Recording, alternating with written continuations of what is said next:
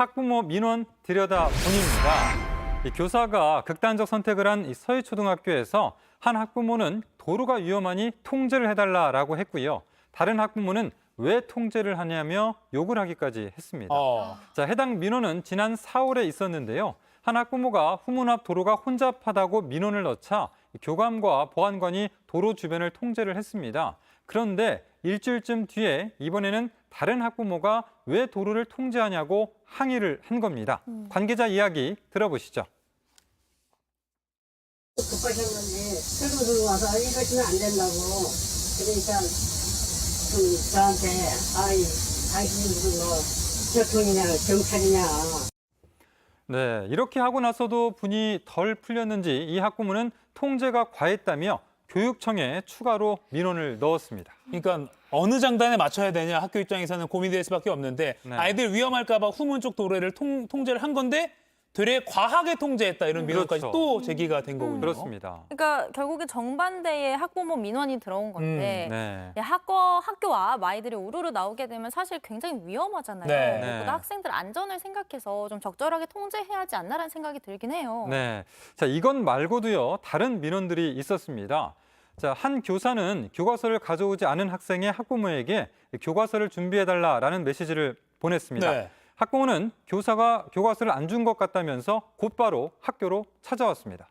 자, 이 민원은 교감이 중지한 뒤에야 끝이 났습니다. 자, 이런 식으로 지난 5달 동안 서희초 교무실에 공식 접수된 민원만 11건이고요.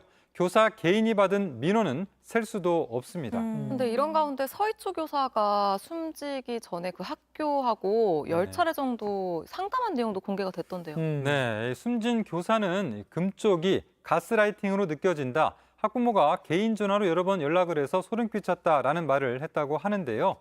구체적 정황이 나오지는 않았지만 숨진 교사는 학생과 학부모가 자꾸 선생님 잘못이라고 한다며 처음에는 그러려니 했는데 자꾸 들으니까 본인 탓이라는 생각이 든다. 가스라이팅으로 느껴진다. 이렇게 고충을 털어놓았습니다. 네.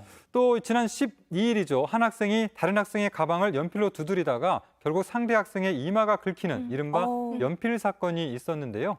숨진 교사는 연필 사건이 잘 해결됐다라고 안도를 했지만 관련 학부모가 개인 번호로 여러 번 전화를 해서 놀랍고 소름 끼쳤다는 어려움도 털어놓았습니다. 자, 이때 학교 측의 대응은 얼른 전화번호를 바꾸라라는 것이었습니다. 얼른 전화번호를 바꿔라. 그러니까 좀 소극적인 대응만으로는 문제 해결이 어려운데 결국 네. 학교가 너무 좀 안이하지 않았나 이런 생각도 드네요. 근데 네. 다만 경찰이 지금 진상 조사를 하고 있다고 하니까 이것도 좀 지켜봐야 될 것 같습니다. 네, 그 경찰 조사와 함께 교육부도 또 자체 조사에 나서서 합동 조사단을 운영하고 있고요. 네. 또 주말인 내일은 전국 교사들이 서울 광화문에 모여서 대규모 집회를 열 예정입니다. 전화번호를 바꿔라. 이 말밖에 해줄 수 없었을까? 참 안타깝습니다. 오늘 오후 2시에는 국회 교육위원회에서 이주호 교육부 장관과 또 조희연 서울시 교육감 등을 상대로 현안 질의를 진행한다고 하는데 고성만 오갈 게 아니라 좀 실질적인 논의가 있었으면 좋겠습니다.